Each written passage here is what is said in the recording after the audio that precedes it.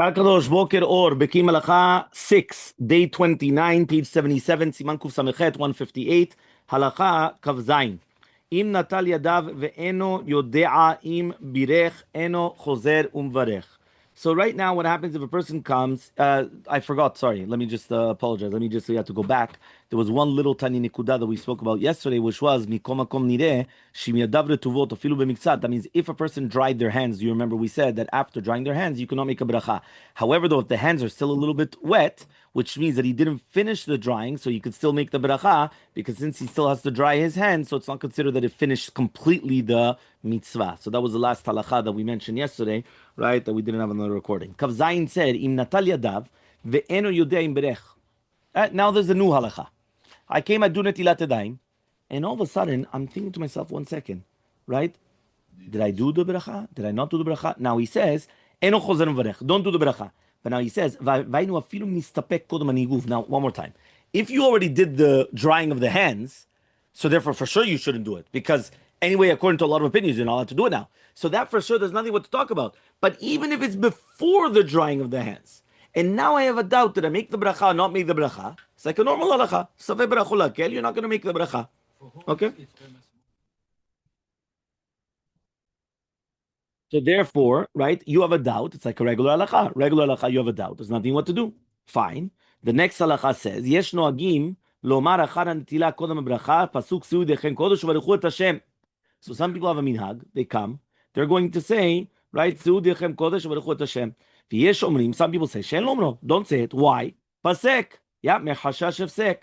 V'amakel bazeh leomro en limchot biado sheyesh lo ama sheismoch. So he says, whoever says it, they could continue their minhag. I know a lot of Moroccans say this, right? So if they say this, so therefore what? They have what to rely on. You don't have to come and you don't have to, right? You don't have to rebuke them. Nevertheless, now if you're going to ask us though, don't do it, right? Why? You're not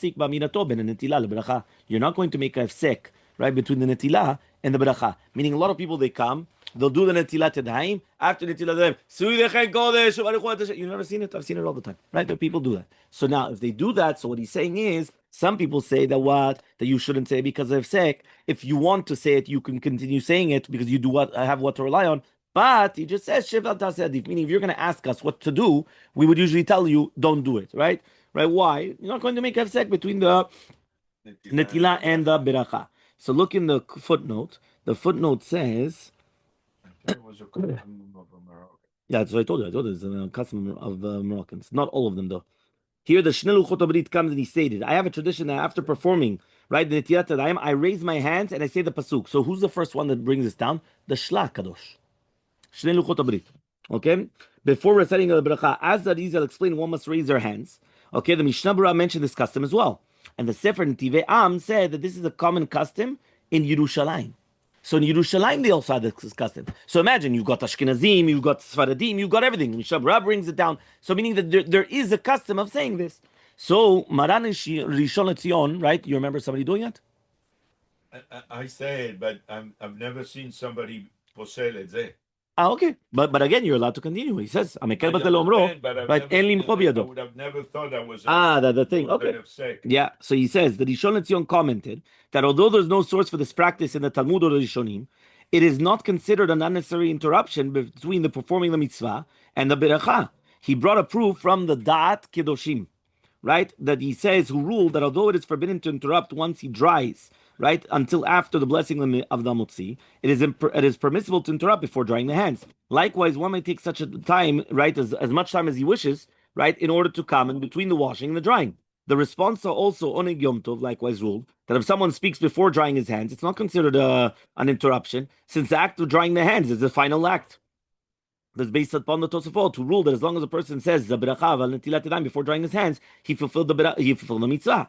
That Rishon LeZion pointed out, however, the Maran the Bet Yosef ruled that if someone was to say a beracha of Asher Yatzar after washing his hands just before blessing al Netilat Yadayim, it would be considered an interruption. Right? Furthermore, he brings down Rav Chaim Falache, right? That he says in the Ruach Chaim over there, and he says, and also the Chesed Alafim, right? Those are two different books that he wrote, right? Cited in the there's Kav Chaim Sofer and Kav Chaim Falache. So this is the Kav Chaim Falache, and it's also brought down in the Kav Chaim Sofer, right? That's Rabbi Yaakov Chaim Sofer. He stated that according to the Kabbalah, one should recite this verse before beginning to wash the hands. okay, rather than after washing them. The source are cited also in the Kavachim Sofer. So here you have a way to get out of it, by the way. You do the bracha before washing the hands. Not the bracha, it's a pasuk, right? You're saying this pasuk before washing the hands. The Nimuke Ora Chaim stated that according to the poskim who explain that drying the hands is an essential part of the mitzvah, and that by saying the bracha before drying them, you already fulfill the requirement of making the bracha beforehand, was one interrupt before by saying any pasuk after doing Netillat Yadayim before drying the hands. This perspective is that the custom is not to recite any pasuk after washing the hands, right? Nothing is to be recited other than the bracha. He explained that saying the pasuk before drying the hands would be akin to a mohel speaking after cutting the infant's foreskin, but before saying the second stage, which is the priya, right? You mean you did the milah, right? He did the chituch of the olah, but he didn't do the priya yet. So the Rishon LeZion pointed out that the great achronim, right, supported this custom and did not consider it an interruption. Right, look, the Aliyah Rabbah, Shnei Luchot Abrit, so one cannot brush their opinion aside without a strong proof. It could be that they consider that this pasuk to be an essential part of the mitzvah of Netillat Yadayim, and therefore it's not an interruption, a fatal interruption. Yalkut Yosef brought down from the handwriting gloss of the Rishon LeZion stating that he himself used to practice as a Shnei Luchot Abrit, and he would say the bracha, he would say this pasuk before the blessing. So even Rav Ovadia Yosef used to do this. So Rav Ovadia Yosef used to come and say Seudechem Kodesh Baruch Hu Hashem before the drying of the hands. He later then changed his mind to recite only the blessing and then dry his hands. This is because a number of the Acharonim, whether it's the Chesel Alafim and everything, they regarded an interruption. So because of that, he changed it. But technically speaking, you see that even he himself used to do this minhag, right? Which makes sense. Yeah, that's what he's saying. He said he himself used to do it. Rav Ovadia changed because of the Rechaim Falache or whatever it is. But he himself used to do it because again, it's a Shla Kadosh. It was the Aliyah Rabbah, right? It was the Minhag. Tons of people used to do it. Remember, Minhag Yerushalayim, Minhag Ashkenazi, Minhag. It was the Minhag of everything. You could say it every day of the week when you. Understand? It has nothing to do with Shabbat. It's Netilat Yadayim. Netilat Yadayim. Right? So now what happens now? He comes and he says, right, the comment of the Halacha Brura. So the Halacha Brura pointed out that according to Maran Shulchan Aruch, if someone pours a revi'it of water on each hands at one time, it's not necessary to dry his hands before eating bread. Right? Meaning, right? You know there's halakha, you have to dry your hands. And if you don't dry your hands, it's actually very problematic. It's like eating with the yadayim tmeot, right? With the impure hands. What happens right now if you poured a revit? If you already poured a revit, so technically speaking, you don't even have to dry your hands. Despite this, right? What? Because now that there's no tum'ah, so you're not eating with the daim tmeot, right? That's one reason. There was another reason also that when you have wet hands, you're going to come and you're going to, when you come and you touch the bread with wet hands, you destroy the bread. But okay, but that's again, there's going to be different reasons, but that's not our halakha though, right? That's just another halakha. No. Despite this, our practice is to recite the blessing after washing and before drying, since we rely on the poskim who ruled that one may recite this blessing after performing the mitzvah. If someone pours a revit of water onto each hand, and then he would then recite Seudechem Kodesh, however, it would definitely be an interruption. Meaning like this. Says Rav David Yosef like this. One more time. You remember we brought down that Netilat Yadayim, all you need is a revit, right? But if you're not doing a revit at one time, you remember we said, how many times do you have to wash your hands? So many times, right? If you wouldn't put a full revit on the hand, so the first water is tameh, right? And then you put the second one, and now it's going to get rid of the first water, right? So therefore, he comes and he says, what happens if I come and I put a full revit at one time? So now there's no tumah, because the full revit takes off the tumah immediately. So therefore, there's no tumah. So now, he comes and he says like this, if right now, according to the halacha, I just bypassed the drying. One more time. What was the reason why I make the bracha, right, after the washing, right? If you're going to hold like the Agot Shri, you could always do it. It's after the mitzvah. There's no problem. But we don't hold like the Agot Shri. We have the Rambam, right? We have the majority of the Rishonim that it has to be over Lasiyatan. So what's the reason? So we gave the answer as a why, because the drying is part of the mitzvah. So since the drying is part of the mitzvah, so therefore we make the bracha right before the drying, after the washing, before the drying. There was another reason also, just because that maybe the hands are dirty, and just like by the tevilat again, so there any tevilah. Okay, fine. 1 second. But it could be like that. Fine. Says now 1 second, I bypass the drying. If I put a revit, I don't have to dry. If I don't have to dry, the drying is not part of the mitzvah. So now maybe you're going to say, don't be mechalek between one Netilat Yadayim and another Netilat Yadayim. Meaning what? Maybe I did put a revit, I didn't put a revit, so you still do it after the washing. But if here right now the drying is not an obligation, for sure it would be a ifsek, it would be a pasek if I'm going to what? If I'm going to come and I'm going to say a pasuk. Because here, for sure, the drying is not even required, ki'ilu. So that's what Halacha Brura is saying. It seems improbable, right? However, that the Shnei Luchot HaBribur is referring to people who make sure to pour less than a revit on each hand, right? So maybe that's what the Shlach Kadosh was talking about. Meaning, the Shlach Kadosh was talking about a person that doesn't pour a full revit on a hand. He does Netillat Yadayim, right? He's not even paying attention how much water is actually going in the hand. He does it, let's say, the 3 times or whatever it is, al pi Kabbalah, or even the 2 times, but it wasn't a full revit right in one shot. And therefore, maybe that was the Shlach Kadosh. So he says, certainly, when the Rishon LeZion used to follow this practice and say the pasuk, he poured a revit on each hand. It is only logical to say that this practice was recommended whether or not one poured a revit on each hand, relying on the justification found in the Yabia Omer. Okay? If you know that you have nothing to wipe with, because you're in an area, so do a revit. Exactly. Okay? Speaking after drying the hands and before saying amotzi. So below in Siman 166 it will be explained that technically speaking it's permissible to speak after saying the beracha of Netillat Yadayim and doing amotzi. Okay, it is recommended practice, however, to refrain from speaking at the time. It is much worse to interrupt between the acts of washing the hands and drying them, as it's already explained. Meaning like this. If somebody, right, and this, by the way, I told you already, the video sef and also they were very makpidim, the opposite, right, to show that it's mutar, right? Who's talking about the bathroom now? 1 minute. Forget about washroom. I'm not talking about washroom. 1 minute. So now one more time, right? Anyway, after the washroom, anyway, it's a completely different halachot than the Netillat Yadayim, right? Fine. Right? You don't need a keli. You could do it one time. It's a completely different halachot. Eno domeh. Don't be makish. Fine. One more time. Right? The halacha states like this, right? Right now I come and I do Netillat Yadayim. And now I have to make a bracha. And then I'm going to dry my hands. So the ifsek, the halachot of pasek between the Netilat Yadayim and the drying of the hands is much stronger than the halachot of the ifsek between Netilat Yadayim and amotzi. Wow. Okay, now the majority of people don't think that. The majority of people, right, before the bracha al Netilat Yadayim, they just did Netilat Yadayim, they're going to come, they're going to talk, they're going to do this, they're going to do that, and it's wrong, but they're going to do it. But then after Netilat Yadayim, like all the, the whatever it is. You understand? No. It's exactly the opposite. So I will tell you, right? I always saw this. Rav Vadia also was the same thing. But they purposely used to speak in Divrei Torah, and they purposely, right?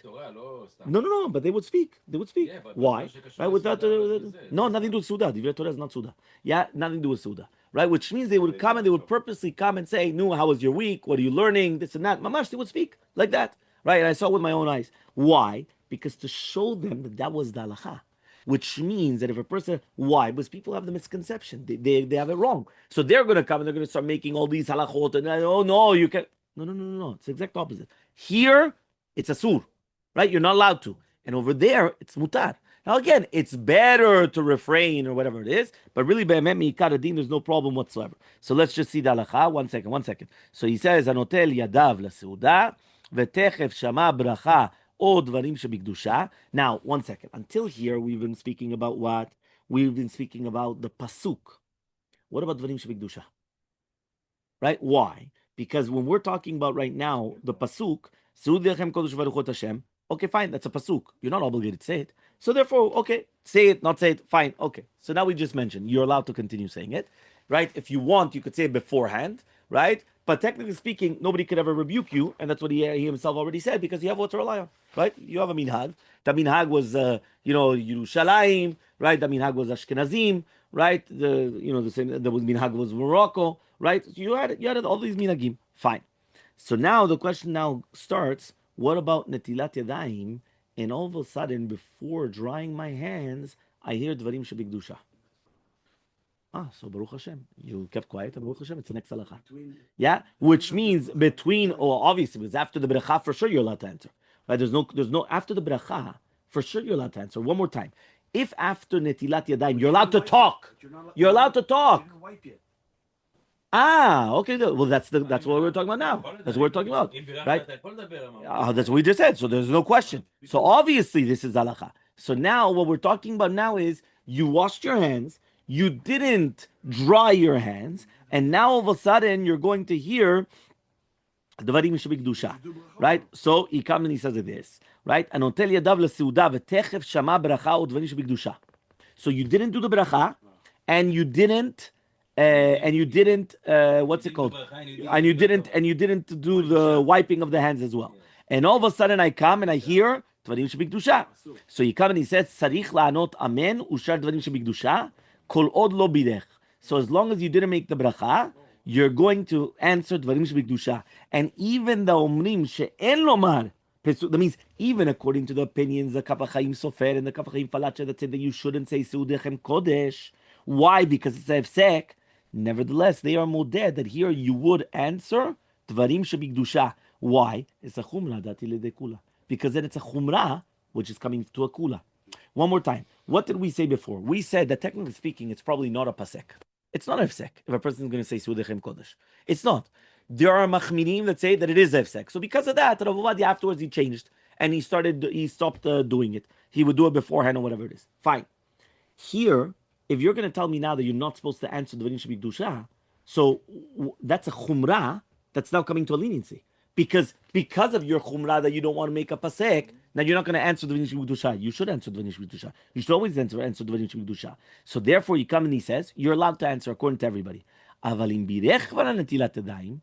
But what happens if you did the bracha, but you didn't wipe? You didn't dry the hands, right? Lo alav v'nistapag. Now he says, now you're not allowed to answer, right? Why? Because now you have to. Once you did the bracha, now you have to do pasek between the bracha and the mitzvah. There you're not allowed to. It's like, for example, Baruch Ata Hashem Elokeinu Mecholam She'akol Niya Bidvaro. Amen Yeshvin Abba. According to everybody, I'm not allowed to answer. Why am I not allowed to answer? Because once you make the bracha, you're not, the bracha and the maaseh cannot have a hefsek. The bracha and the maaseh cannot have a hefsek. So before the bracha, and I'm still in the middle of the maaseh, there I will be able to answer dvarim shebikdusha. But the second that I make the bracha, I'm not allowed to answer. Yarher amenu dvarim shebikdusha belibo. You just think about it in your mind, but you're not allowed to answer. Okay? Let's see, is there any footnote? There's no footnote. Yeah? And that's it.